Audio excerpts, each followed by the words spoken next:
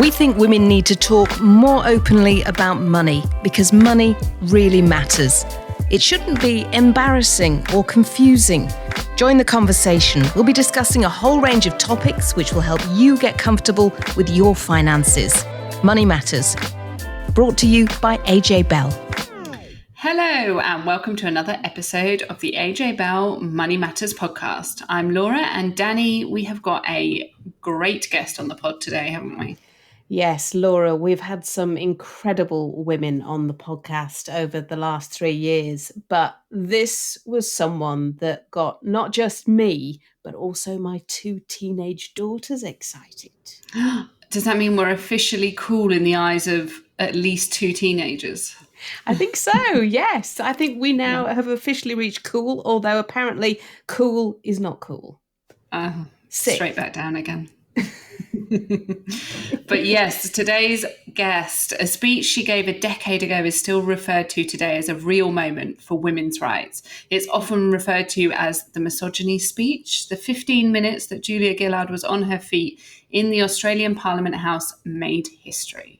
Yeah, I mean, her words, not now, not ever, made their way onto tea towels, TikTok videos, and it was even turned into a song. And it really is hard to believe that that was a decade ago, before the Me Too movement. What has happened between then and now? And yet, if you listen back to that speech, so much of what she's saying, you just think, yeah, I recognize that from right now.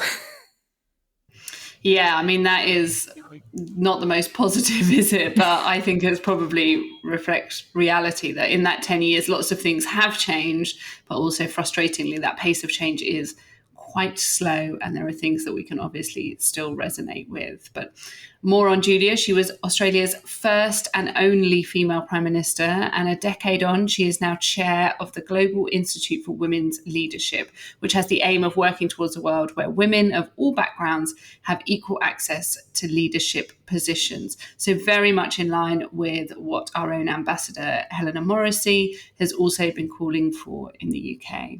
The Institute have done lots of really insightful work on gender pay and also the different ways of reporting that gender pay gap around the world.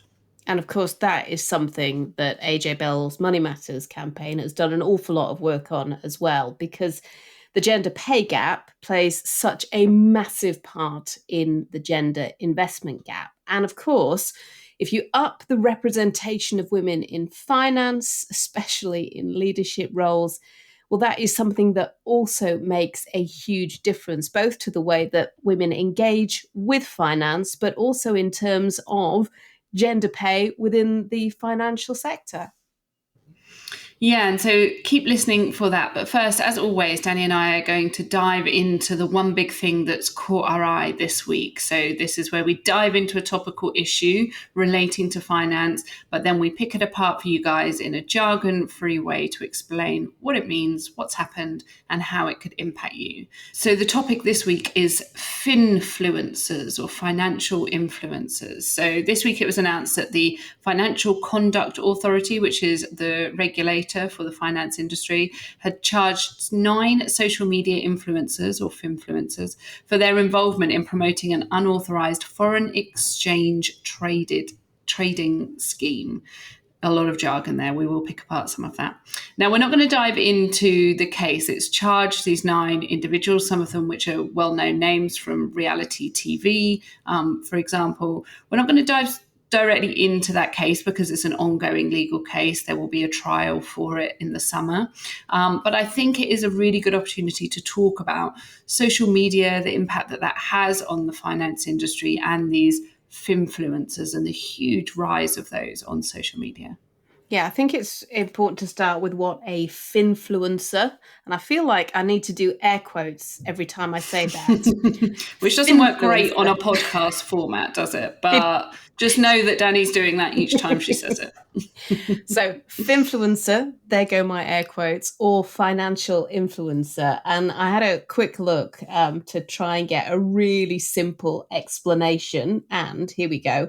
They're people that use their social media platform to share videos that cover personal experiences, opinions, but about financial trends, investing, budgeting, the economy, all those sort of things. And we've spoken to a number of financial influencers on this podcast before, and they can share some brilliant stuff, really informational, educational, thought provoking, but they need to be taken for what they are, which is not regulated advice, but they are people on social media sharing tips, education that you should use, not use, but certainly add to your own educational part, right? Yeah, exactly. And because there's been a huge increase in them, the regulator is increasingly focusing on them. So the FCA has been talking for a while about these finfluencers, about how it's kind of cracking down on them. The reality is it's not introduced any new rules or any new penalties, for example, for influencers who are breaching the rules, but instead it's been on this kind of campaign to remind these social media influencers of the limits of what they can do, of what they can talk about, how they can talk about it, and also of the penalties for going wrong here. Because there are real penalties for getting it wrong. So there's a maximum penalty of up to 2 years in prison and also an unlimited fine for these social media influencers that get it wrong. So the FCA is continually trying to remind them of this and what they can talk about. But I think there is, we work for a regulated financial company and there are a lot of restrictions on what we can say and how we can say it. And often I will look at some of the things that some of these social media people are putting out and thinking, oh my goodness, that's so far from what a regulated financial company could say or how they could display information. So there is a real gap there, one that social media influencers can use to their advantage because they can simplify things much more. They don't have to have, risk warnings and things like that the regulator asks of us. However, often they can stray too far and they're not really giving the full picture. And you're absolutely right that more and more people are turning to social media for financial advice. And I do feel like I need sort of an air quote alarm or something because I'm going to use air quotes again around the term advice because as we discussed previously, it's tips and education. You shouldn't take it as advice. But I think it's brilliant that we are having discussions about finance. People are getting interested in finance through social media. It is whetting their appetite. It is helping them break down jargon to create communities and have discussion. I mean, that's why Money Matters is on social media, to get women talking about money. But it's about helping you make your own informed choices. And there is a danger of real harm.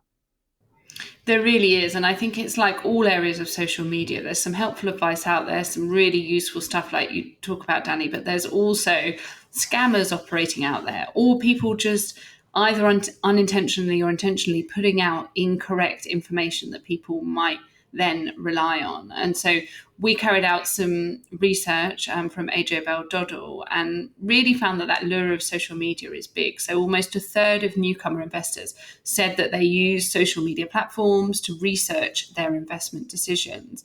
But what's more than that, almost a quarter said that they consider buying a celebrity endorsed product. So that real pull of a celebrity talking about a financial product really enables trust in it and really encourages people to buy. And on top of that, 17% of people said that they'd already bought a celebrity endorsed product because that celebrity had endorsed it. So I think that really highlights how much some people are relying on social media. And that's not to say that you should disregard it all. There is useful stuff out there, but if you're relying on that as your only source of research or you see something on social media and then without doing any further checks, you then invest in it, then I think that should be a big alarm bell sounding because people need to do their own research. They need to broaden out from just a few individuals or even just from social media generally and really take on the onus to do some of that research themselves rather than just trusting what people say on social media, even if they do have millions of followers and have been on TV and seem like a trusted source. especially with AI now becoming so prolific. And there was a news story this week about the fact that Scarlett Johansson is furious with OpenAI because the voice that they use for their new generation of OpenAI sounds so much like her. It's not her, but it sounds so much like her. And you have to think that in the next couple of years, the additional danger associated with AI and the potential for some of these celebrities to be used in ways that they have absolutely no clue about, it just makes everything even more dangerous if you are just using social media and you are trusting it for crucial financial decisions for your life. That's so true. And I think one figure that kind of ties in with this is we had the latest fraud figures out of how much people have been frauded of money. And it shows that £1.2 billion was lost by the UK public to fraud last year. And so much of this is spread on social media. So whether that's someone posting about great investment gains that they've made to try and lure you in, or someone appearing in your DMs and saying, I've got this great opportunity. So many different ways that scammers can approach you on social media. And that's why you really just need to have your wits about you. So we're not saying it's all bad. It's a great source of info for some stuff, but just be really wary about it when you're making decisions on there. So, as promised, it's time to hear from this week's special guest, Julia Gillard. So, former Australian Prime Minister, chair of the Global Institute for Women's Leadership, and the woman who gave a speech on misogyny that resonated with women right around the world. A decade on, she's still fighting to get more women from all backgrounds into positions of leadership in all countries and all roles. Now, it's not often that when I speak to my teenage daughters before I do a podcast interview with somebody, I can hand on heart say that they knew exactly who you were. And in fact, one of them is studying sociology. And she was like, oh, yeah, the misogyny woman. I had to say it wasn't quite in that way. But did you ever think when you got started in politics, did you ever imagine that that speech would leave such a lasting legacy, that you would create such a lasting legacy? The short answer is no, absolutely not. The longer answer is, when I first went into politics, I was first elected in 1998. I didn't have an ambition even then to become Prime Minister. I certainly was aiming to be a senior minister in a Labor government, but not Prime Minister. That sort of came over time. Ending up being Deputy Prime Minister and then finally forming the view that I should move into the Prime Ministership. No, I didn't set out on a road to be the first woman Prime Minister or a role model. And I certainly didn't, when I gave the misogyny speech, believe that it would be something that lasted over time. I thought it would be a moment in the parliamentary debate. It would therefore be a moment in the Australian news cycle.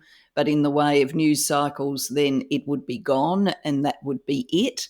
And if you'd said to me then I will still be talking about it, a decade later, I would have said, oh no, that's ridiculous. Because it just took on a life of its own.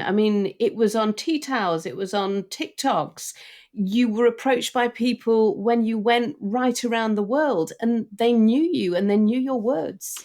Yes, that all did happen. So against my expectations on the day, it became clear in the days following that the speech was ricocheting around the world and getting notice around the world.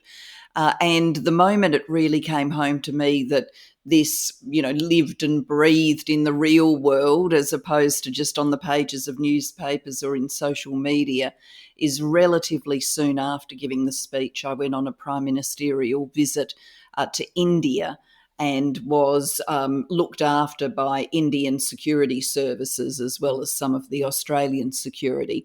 and a woman with the Indian security services, so a policewoman, got into the car as soon as I got off the plane. So she was there for my personal protection. But as we got into the car, she said to me, "Great speech." And I thought, well, if a woman in India who works as a policewoman is recognising this and feeling the need to talk to me about it, that is saying something about how much this has travelled.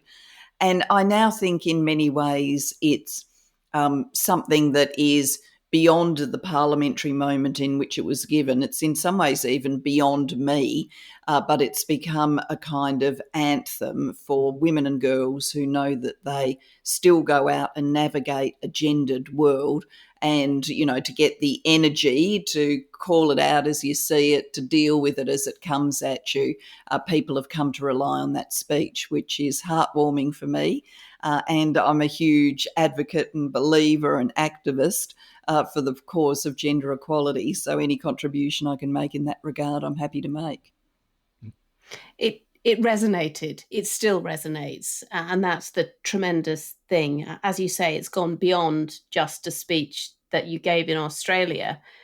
You had dealt with an awful lot of sexism, misogyny. I mean, what gave you the confidence at that point to finally call it out?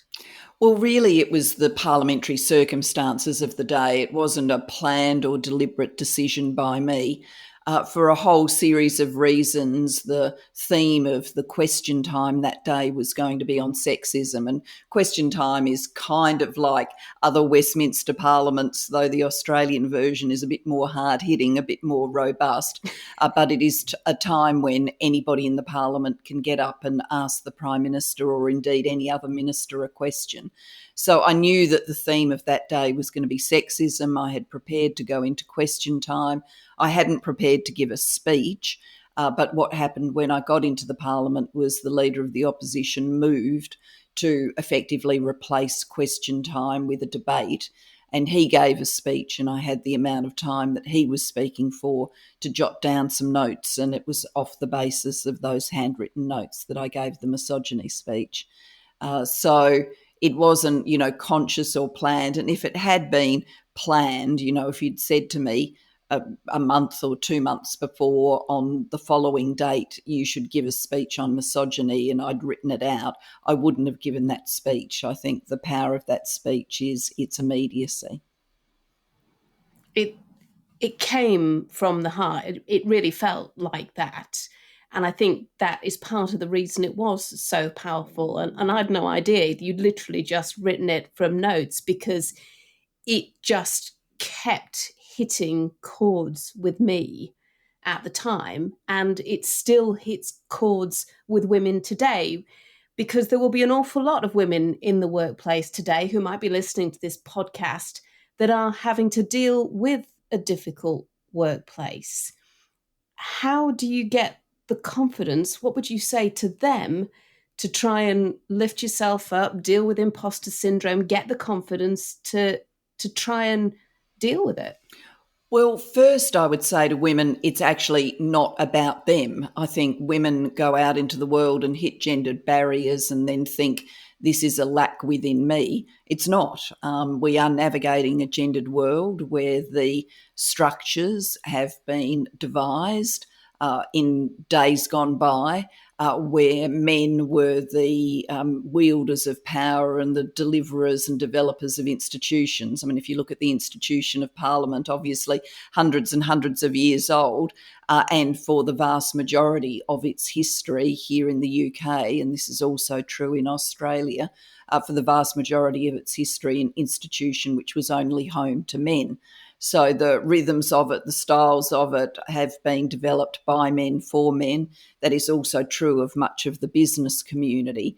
And so women are now being asked to navigate those structures. And what we've got to do is change the structures to work out what is gendered about them and to make sure that it's a truly fair and inclusive place. And then the psychological research also tells us that there are a series of stereotypes that whisper in the back of all of our brains, not just men's brains, about what women are like and therefore what they're like as leaders. And so the research does show us that We give assent and support to a man if he's charismatic and strong as a leader. We go, right, he's a great leader, but we expect of a woman that she should be strong, charismatic and empathetic and nurturing. So there's an extra burden put on the shoulders of women leaders. And once you know those things, I think it becomes not so much about the journey within you as an individual, but your journey with other women and men of like mind to try and change these structures and confront these stereotypes. So I would say, to women who want to make change, find the friends and the allies at work, the people who believe the same as you do.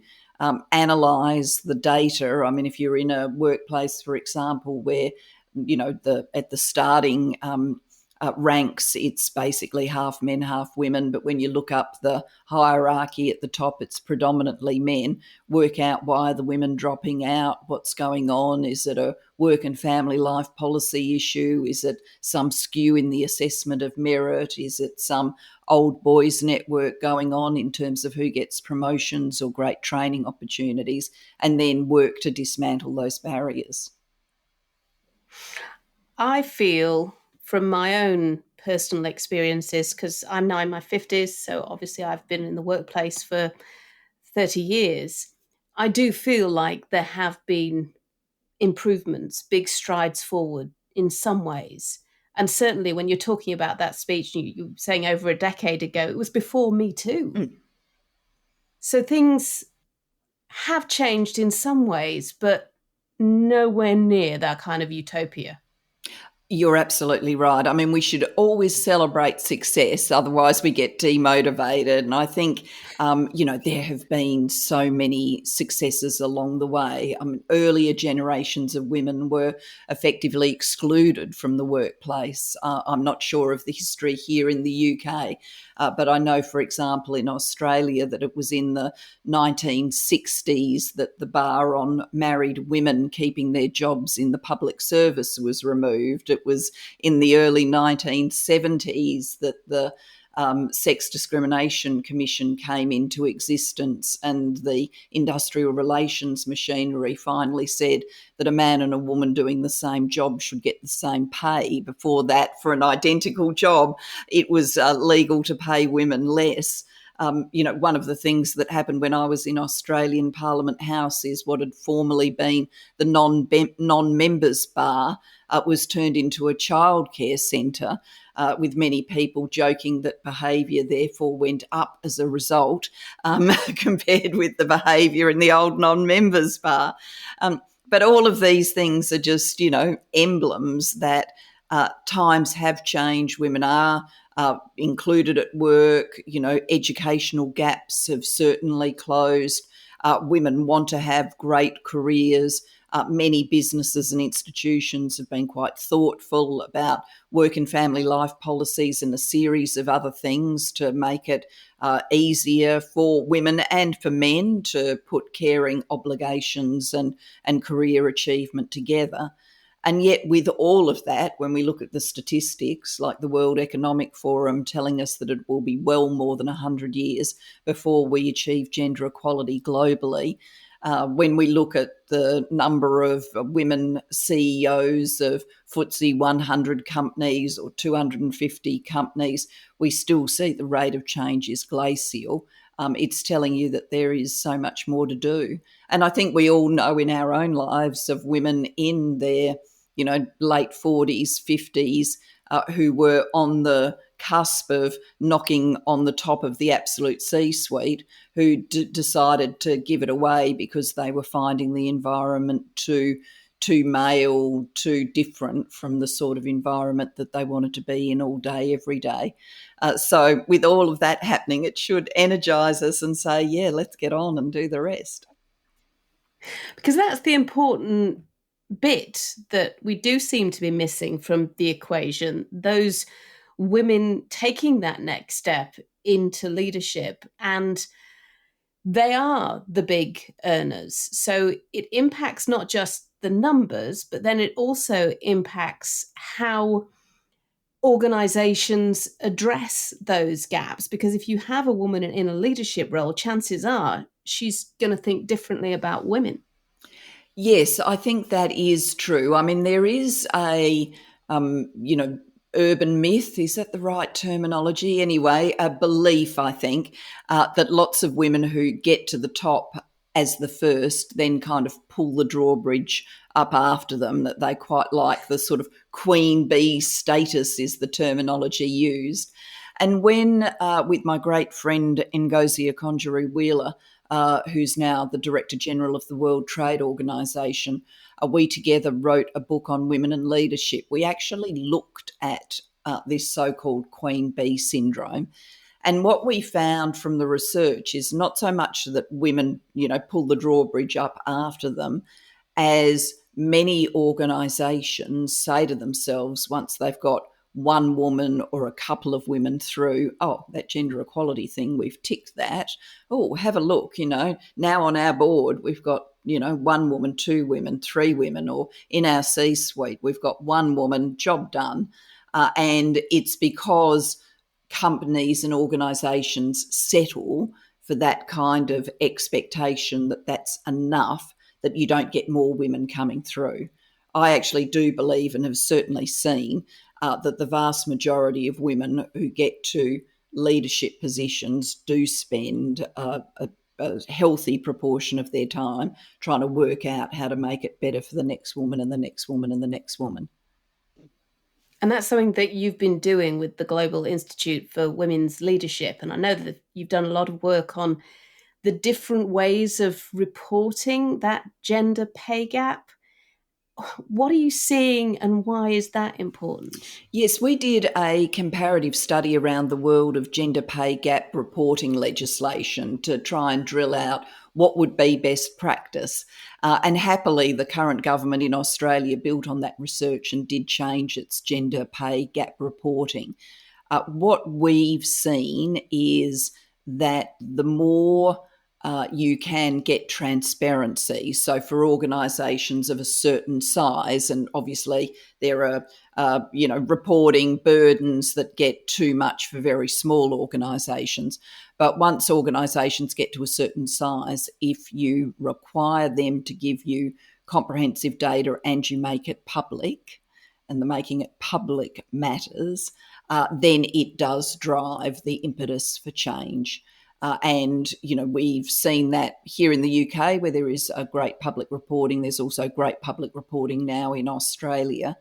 And I think the piece we'd also like to see is not only that you get held to account for your statistics as they are today, but organisations actually articulate what they're going to do about them.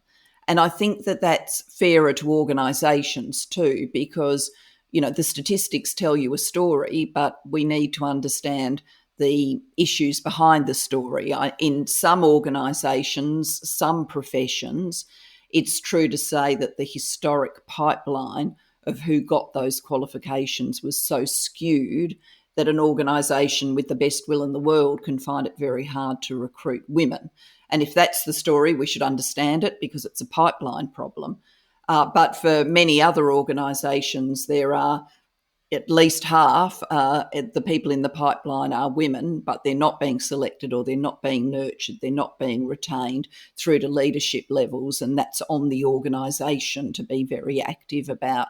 So I think, the improvement pathways and them being shared, public, so people can see what's happening, that matters as much. Let's talk about pipelines and politics because here in the UK, we are now on the cusp of a general election. There'll be a lot of women maybe thinking about standing for to become an MP.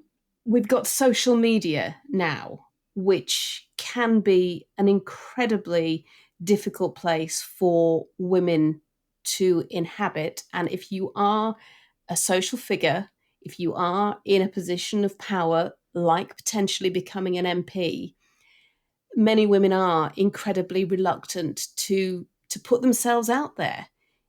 If you were starting out now, would you do it again? Oh, yes, I would 100%, absolutely, do it again.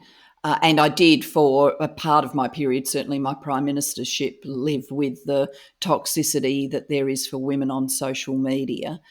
I am always conscious that when we're talking about the gendered bits, and we need to talk about them because human beings only solve problems by talking about them and working out the strategies for change.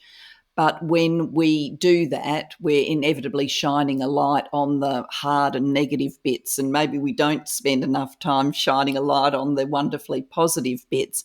And the wonderfully positive bit about politics is there is no better platform from which to put your values into action than politics. And whilst we live in a hugely globalised world, it is still true to say that most people's life chances and life experiences are dictated by the decisions taken at the nation state level. You know, whether you live in a thriving economy that offers you opportunity, whether you can get the healthcare services you and your family need when you need them, whether you're reassured that your children, your grandchildren are going to get to go to a great school, whether your streets feel safe to navigate. These things are determined within countries. Obviously, not all of the economic stuff is determined within a country, but good government can make a difference to economic opportunity. And therefore, you know, politics gives you the opportunity to deliver change that you believe in and make life better for people. And what a privilege that is. But there are things to work your way through. And, you know, the toxicity on social media is part of that. The research clearly shows that of the horrible things that get said on social media, they disproportionately get said about women, and then they further disproportionately get said about women of colour. And I do believe that, you know, governments need to be very forward-leaning on social media regulation. I think that there is much more that we can and should be doing to address this, you know, sort of vile, cruel underside. This year is a year of elections, not just in the UK, but, you know, the US, India. I mean, huge number of elections. So as well as women standing to potentially become part of a government of this political process, women who vote can also make a difference. Yeah, I often think, looking at this year, the poor old election analysis people around the world must just be working on triple time. By the end of the year, they'll all be lying down with cold compresses on their head. Yet there are elections everywhere. It's true to say never in human history have more people gone out to vote in 1 year than is happening in this 12 months. We, as citizens, I'm not having an election in Australia, but as citizens who are in countries with elections, we can make a difference. Of course, encouraging women to stand is important, but you can make a difference with your vote.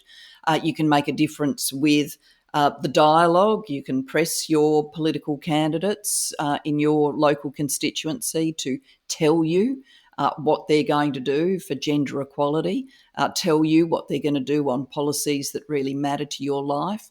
And I think we've got to be careful not to stereotype too much here. I mean, for women, gender equality policies matter, things like childcare policies matter, but as citizen voters, you might also have a strong interest in defence or a strong interest in what the country's going to do about overseas development assistance or whatever.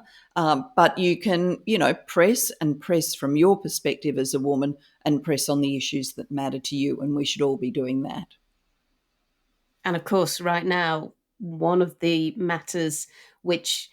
things which matters most to a lot of women is the economy, is how the economy is looking after them. Things like, as you were saying, childcare, but also equal pay, education, all of those things which give women a better chance to earn more money, because money is power. Yes, money is options too. You know, if you've got more resources at your command, then you can live your life with a bigger set of choices than if every, you know, pound, I was going to say dollar then, but every pound, every dollar, whatever it is one that is already committed to just the basic purchases that you need to sustain your life. And I think, looking around a world where there is so much inequality, so much income disparity, it's important to recognise that millions, billions of women live in that position of having really no options or no choices because they're either just getting by or not even getting by. So greater economic opportunity, the ability to participate yourself, to amass your own income, to have the choices that come with that really does matter. It really does matter, and it matters not just to our generation, but particularly to a younger generation. And I was fascinated by some of the research carried out by your institute, which found that nearly half of the population in the UK thinks that efforts to promote women's equality have gone far enough. And of those, 39% of women think that way. That surprised me. Yeah, it is a galling result that people think, we're kind of there. And then that polling also delved into categories of people who thought that gender equality had gone too far and was now discriminating against men. So I think that this is possibly a confusion between the amount of discussion and the amount of change. I feel like we have been talking about this project of gender equality for forever. In my own life, I feel like I've been talking about it for forever. And yet, if we actually look and say what has changed, many things have, but it's not enough. There is also this weird area of psychological research. I should probably not say that the research is weird. The outcomes of the research are a little bit weird, which is people overestimate the numbers of women. There is kind of clear research now that if you are in an event, of 100 people, so maybe it's a, stand-up drinks thing, 100 people there, that if they're around a third of the crowd are women, on the way out, if you say to people, what was the, split men, women in the room, people will say half. They overestimate the number of women. So I'm not sure what's driving that, whether just it's as simple as more colourful, more varied clothing means women tend to stand out more than men who are wearing more uniform clothing, or whether there's something deeper going on. But I think it's easy for us to overestimate how many women have got to positions of power. You talk about women standing out, and you have a podcast, and you've spoken to incredible women who have made a life by standing out. Is there anything in particular that links them, that sort of is the foundation which has given them that ability to become leaders? Yeah, I've had the great privilege of interviewing women about their own stories from all walks of life, women who are household names and women you would never have heard of but are making extraordinary contributions. I think across all of them, the ability to imagine something different and then strive to achieve it is a common thread. Hard work, certainly a common thread. I don't think anybody I've ever interviewed would say that it came easy. The preparedness to reach out to others, to find those who support you, can help you, to ask for that kind of assistance. I think that's a very common thread too. Even women who are in professions that are very competitive, like politics, seem to have taken a broader view than a simply go it alone view. They've worked with others.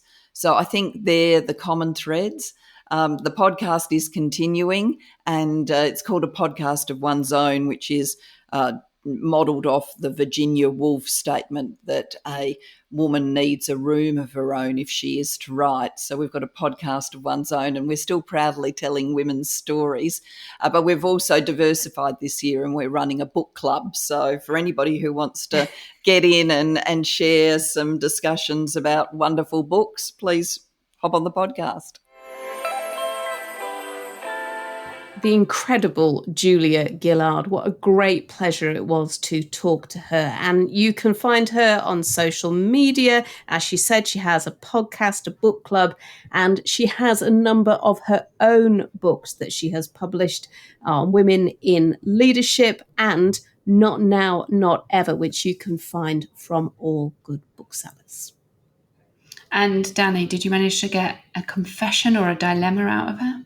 I did ask her for a dilemma, and it is one that really struck a chord with me, particularly as we head into a general election. And before I let you go, we always ask our guests about a financial dilemma or confession, just in terms of looking at the bigger picture for women, particularly when it comes to equal pay. Is there something there which strikes you still as a dilemma? Oh yeah, there are many things there which strike as a dilemma, and if I was just going to put a spotlight on one of them, it continues to perplex me that during the depths of a pandemic, people can be on their doorsteps, smashing pots and clapping their hands to thank caring workers, nurses and others that provide care, disproportionately women. Yet our societies continue to run on the basis that caring work is low-paid work. I mean, think of where the wages of childcare workers are, for example, and what could you be doing more important than providing care and educational content, the early learning content to children? So that systematic undervaluing of caring work, historically women's work, needs a very big spotlight shone on it, and I think we can all help with that. You're absolutely right. I remember standing outside and banging those pots myself, and it's amazing how quickly it gets forgotten. And hopefully we will see some change coming, whatever happens with our election. Julia, thank you so much. Thank you.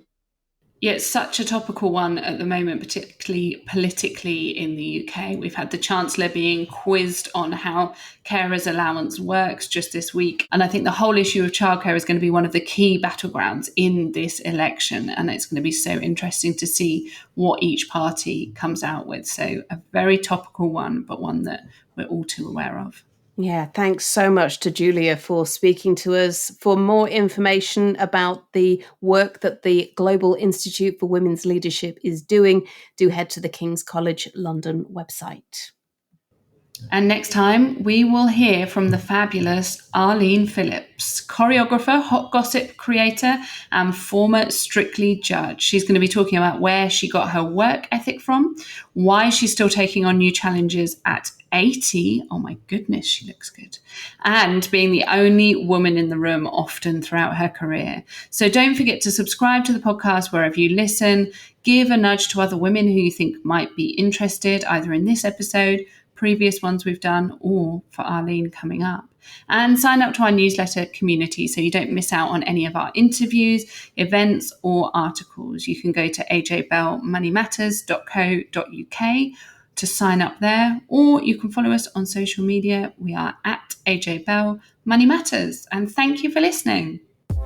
Before you go, please remember this podcast is for educational purposes, and the views expressed don't necessarily reflect those of AJ Bell. The podcast isn't telling you if a certain investment is suitable or not. Don't forget that the value of investments can change, and you can lose money as well as make it. It's also important to remember that how you're taxed will depend on your individual circumstances, and rules can change. The way an investment performed in the past may not be the same as how it behaves in the future. If you want help, go see a qualified financial advisor.